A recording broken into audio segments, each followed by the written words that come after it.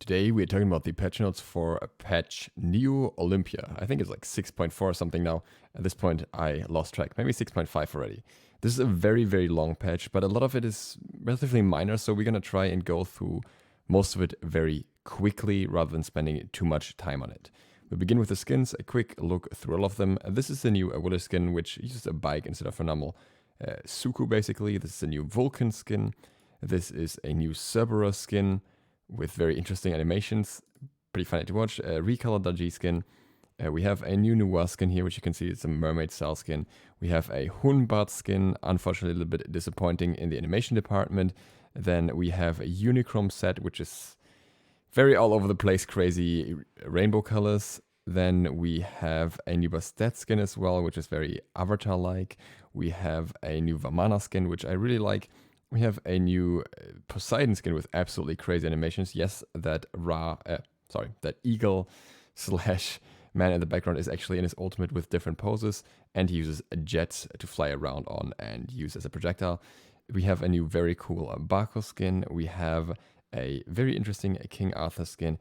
We have the gold skin for Horus here, which is interesting because it's like designed kind of purplish compared to the normal colors. Not sure if that's the same in game. And we have the set skin to match it. And with that, let's quickly listen to the voice packs. Maybe turn on your speakers or headphones a little bit. Might be loud. We're gonna take down the creator of the most dangerous weapons in history. Business as usual. Wild. Dangerous. Well, I guess they're about to find out that I am all of the things they called me, and more. Operation CRBRS states that Olympus is the enemy. Directive is to seek and destroy. These are very long. A primitive, backwards world where I can't use my tech? Guess I'm gonna have to improvise. Sea Guardians, prepare for conflict! Hostiles have just breached the perimeter of Atlantis. I will extinguish all the light from their innocent little souls! I'll be your hero.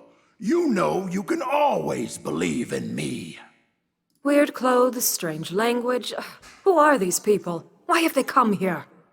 Hey, don't worry. I got the big money plays. Trust me. I want you to join my team, Team America!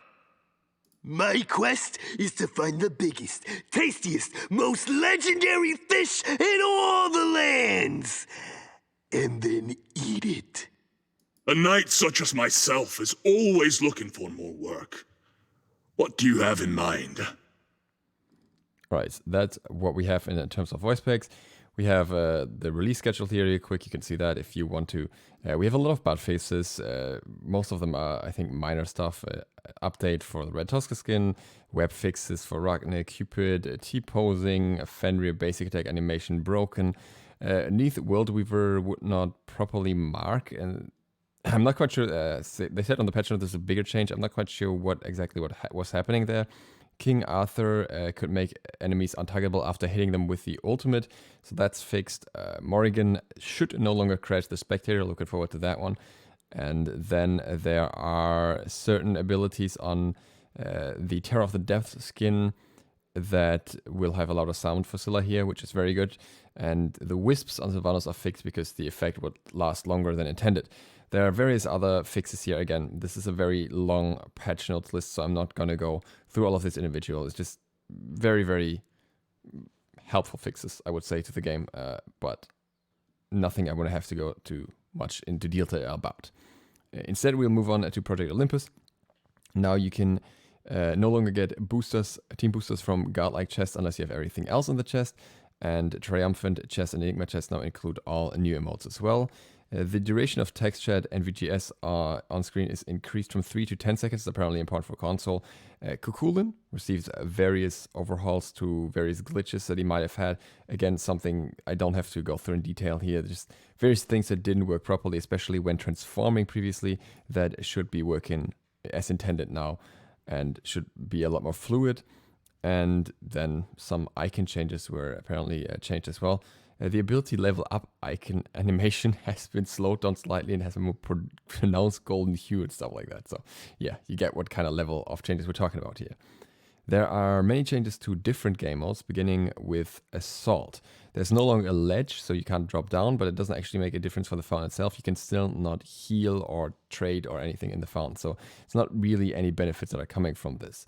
The vital orbs have been decreased from a total of 6 to a total of 4, and 2 of them have been relocated, so a lot less healing on the map overall, but they automatically spawn at 60 seconds now, regardless of if the towers are destroyed or not, so the sustain is not necessarily less than before, it's just different. And Burn Somebody counts as a healer now, something that some people may not be too happy about. In Arena, the Minotaur gets a massive health increase per minute from 20 to 150, and the physical power is increased from 50 to 125, so a lot more damage here as well.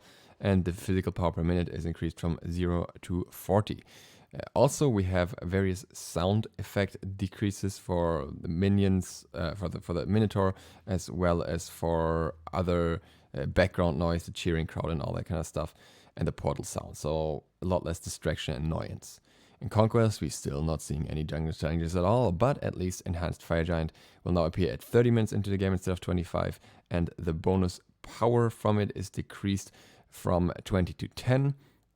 And the Primal Fury gets a additional buff now, reducing the damage taken from jungle camps and jungle bosses by 7%, meaning that you will take less damage from the Enhanced Fire Giant overall. So a lot of things that are helping out here, as well as Primal Fury buff not working properly beforehand, so it should deal more damage as well in that regard now. In Conquest Ranked, you can now do a queue with someone that is 300 MMR apart below Diamond rank and 100 MMR apart above Diamond rank, so slightly more room to play with your friends basically. Also fix an issue where players' MMR would change too quickly in their first few matches after a soft reset, which meant that people could skip divisions too quickly in one direction or the other basically. Clash also gets a lot of overhauls, so this is pretty big in itself. The blue buff camps in the center of the map have been changed to red buff camps, meaning we have a lot more red buffs now. These camps are now enhanced at 10 minutes, not at 5 minutes. Also, the jungle buff monster, the jungle monster balance, the enhanced blue buff holder. So I don't get if this is for like the ones in the back. Then yeah, I guess it must be. It's a bit strange. So the buff holder, the blue buff holder gets adjustments to their values, basically the enhanced one, as well as the enhanced mini blue buff that you can get from it, and the same with the red buff holder and the enhanced red buff. Slight decreases here overall in the impact that you can get from those. And Apophis is also getting changes, so the normal Apophis buff now deals true damage instead of physical damage, and it restores maximum health every second, 0.8%, as well as 0.4% of your maximum mana every second. And the enhanced Apophis buff gets the additional true damage, gets the true damage instead of physical damage as well, and gets a decreased percentage health damage from 4% to 3%, but also gets the health and mana restoration. So a lot of changes to all the buffs here, something to keep in mind when you're playing Clash. I don't. Joust adjusted the Bull Demon King so it continues to move and attack more smoothly because he was very clunky beforehand. This should make him much harder to kite. Doesn't really matter, you usually just run around him in circles anyways, with most characters. Increased XP gain from small tigers from 50 to 75 XP per tiger, so a lot more worth to get those now. And the blue buff uses melee attacks now, meaning that you can kite it around better as well, pull it out better as well. I'm guessing that the changes here are also in Duel. We'll actually get to that right now, but Duel gets its own set of changes now, which I think is fantastic and well overdue. Titans in Duel now only deal 50% damage to enemy players, gods only. They still deal normal damage to minions, but this is great because it means that the Titan sitting is lowered in that regard, and decreased Titan HP for Duel only by 25%. So Titan sitting overall will become a lot harder in Duel than before, and that's good because it was super cheesy beforehand. And also the changes from Joust are coming over here is the Bull Demon King, Tiger Camp XP, and the Turtle Studio melee attack. So basically all we talked about before, we get all the same changes. In Jungle Practice, you can now queue together with other players and pick the same god. And you are able to move much faster while in the fountain. You get a movement speed buff as well. In Siege, the Wild Juggernaut will now have a better attack chain as well, similar to the Bull Demon King, so you can't kite a bit as easily. Massive changes for many, many game modes here. Very interesting to see, very cool to see. I think great changes for the most part. Just give us a buff to the speed buff again, please. It's so overdue. It's so many patches overdue. All right, items. Shift the Shield gets a tweak. Now, the weldings are not changed at all, but now while over 75% of your HP, you gain 35% physical power, but under 75%, you already gain the 35 physical and magic protection now. So the whole shift goes up from 50-50 to 25-75, meaning if you initiate with almost full health or full health, then you get that extra damage, the extra power, but as soon as you get hit, you basically very quickly get into the area where you have more protections, saying that you kind of used your engage at that point and then you benefit more from the protections. If that holds true in the end is something we'll have to find out. It's going to be interesting to see if this is useful the way it is right now, but we'll find out eventually. I think it's an interesting change for sure. Lightblade gets a change, decreased attack speed from 15% to 10%, and now instead provides 5 physical power. This is mostly because it was basically the same as the short bow in terms of stats for another price, and now it's got its own set of stats because it's like a power, more power-focused tree. So, totally fine. Morningstar is now the massive MP5 tree. Morningstar, on its first rank, provides 5 MP5, and the cost has been increased from 550 to 600 in return. That's definitely a good trade-off. You usually had too much room for pots in the beginning anyways, and I think the other prices have not been adjusted accordingly, so you're not paying more for the tier 2 or anything, so it's not a loss in that regard, and you get that MP5, meaning it's very nice for junglers especially as well that can make use of this item. And that continues over to Charge Morningstar, increasing the MP5 from 4 to 7. And that continues over to Transcendence, increasing the MP5 from 6 to 10. So, heavy mana item also gets some MP5. Likewise, Heartseeker gets MP5 increased from 7 to 10. And Hydra's Star now gets 7 MP5 as well. And Hydra's Lament gets 10 MP5 as well, even though these items already have an MP5 passive. So, you cannot run out of mana with those items anymore, which is going to be interesting for certain gods. And then we have god changes. I'm getting through this relatively quickly, which is nice. The first one is Achilles. Achilles decreased a basic attack range from 16 to 12. Radiant Glory decreased power buff percentage buff from 10 to 20% to 10 to 14%. Quite a drop off here. And Combat Dodge decreased physical power scaling from 50% to 45%. That means Achilles in a burst style will deal a fair bit less damage, and I think that was somewhat necessary as of now he's hitting pretty hard in many places, basically, not only in solo but also in jungle, and I think reining him in a little bit in how he performs overall is very good. He's been one of the top performing warriors in general. Amaterasu, not so much. Haven't seen much of her, and what is being done here is Dazzling Offense getting a change. Increase the damage per strike from 75 to 275 to 95 to 275, meaning only an early game damage increase here for the ultimate, which I honestly don't think will do all too much, but it's nice to make it feel a little bit better. The next change, or set of changes, is Aphrodite is coming back. So, first ability, Kiss. Increase movement speed from 4 to 20 to 8 to 20. So you get more movement speed right off the bat, and increase bonus damage from 4 to 20 to 8 to 20. So early game links to Aphrodite have a lot more impact, which is especially interesting in situations where you're leveling the Kiss last, which is not too rarely. So yeah, gonna be a lot more impact in that regard already, but she gets more stuff. Back off now always applies at 25% slow, no matter if you're knocking back or not, if it's a linked ally or if it's you always get that slow. So a lot of CC on that now, giving her a bit more safety and making her safer from ganks as well, which is, I think, very crucial because she's so prone to being picked out otherwise. And Lovebird's decreased cooldown from 16 to 12 seconds to 12 seconds at all ranks. Makes it a lot more spammable in early game, gives it a lot more sustain. And I think overall this means Aphrodite may very well find her way into the meta somehow, because that's so many buffs at once that it's almost... something has to happen out of this. We'll see where she ends up with this, if it's like Aphrodite mid, if it's solo, if it's support, or if it's jungle. It's not going to be ADC, but what exactly it's going to be, we'll find out. Definitely interesting. and a bit scary because Aphrodite can be very annoying. Baron Samedi, increased base mana from 250 to 300.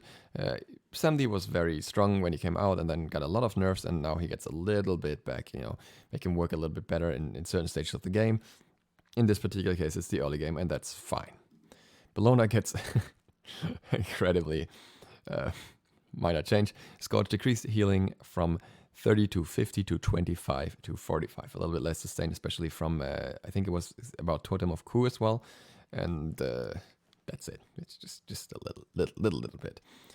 Basically, because she gets reined in less by Achilles now. That was the reasoning. Cabrakan once again gets a buff, like so many times, and I'm not even going to say it's going to change anything anymore because, base mana increased per level from 34 to 38, a little bit more of that, and Tremors decreased mana cost from 15 to 35 to 10 to 30. That's actually quite impactful because that means you can use Tremors quite a lot longer, especially in the early stages. Is it going to change Cabrakan? I don't know. I don't know with Cabrakan anymore. I don't know what he needs. I think we just need a meta where he suddenly pops up. Chang'e. Increased base mana from 290 to 310. Not too much of a change here. Increased base mana per level from 43 to 48. Bit more of a change overall. Moonflower Dance. Increased damage from 65 to 165 to 85 to 185. Ponton said this is like roughly one basic less per wave when it comes to clearing. Like overall. Per minion, which would be quite impactful and would help her in the earlier stages of the game, which is where she struggles. So another healer that might potentially see a bit of a comeback, though I don't think quite as much as Aphrodite will. And the other healer that gets a change here is Hell. Increased base health from 380 to 410. That actually is quite impactful for her, I think, because she's so easy to bully early. And Decay and Restoration decreased mana cost from 70 to 90 to 55 to 75. Making her kit a bit more spammable, which is great for a guy like Hell who struggles with high mana cost in general. Horus primarily gets fixes because he was super glitched, and Harris says they don't want to make specific balance adjustments until players learn to better play him, which is understandable, but they also say until we see how these fixes affect him, because they actually change a lot about how Horus plays. Fix an issue where the follow-up basic attack was benefiting from lifesteal more than intended. Whatever. Most people didn't really use that, even though it was a funny glitch. Fix an issue where the follow-up basic attack was not slowing. This is huge because that means he now has a lot more CC than beforehand, and that's going to be impactful for sure. Fix an issue where this ability could crit when the projectile reaches maximum range, whatever. Outlier case. Factor. Improved audio feedback for the follow-up hit. Okay. Projector Search. This ability is now classified as a leap, so Village can pull it. Thank you, Ponpon. And also fix an issue where this ability could sometimes fail to heal close to walls. So this is going to be a lot nicer as well. And then there is To the Skies. Fix an issue where teleport allies would sometimes not receive a shield. I think this was in quite a lot of situations actually. So yeah. This means Horus overall will be a lot more impactful. Giving allies shields all the time. Giving enemies slows. And healing reliably. But at least there's one more counter now. And King Arthur is... still a controversial topic, but he gets a minor nerfs, as Hyra said. He's already not performing that well anymore, but he still needed some adjustments to not feel as overwhelming. Reduced the bonus energy generation from 25% per stack to 20% with steadfast, so 80% down from 100% at maximum stacks. Cool. I think that's fine. A little spammability in that regard. And the other one is a more visual aspect. Excalibur's Wrath / Sundering Strike. The sword now glows at its distinct color when at 35 and at 80 energy. This, I think, is very good because it really lets you know, okay, now he's got his ultimate. It looks like at 35 it only briefly lights up from what I can tell so far, or what it looked like in the patch notes. I'm not sure if they're going to change that and it's actually going to be more visible all the time. But at least it gives you a hint at that point.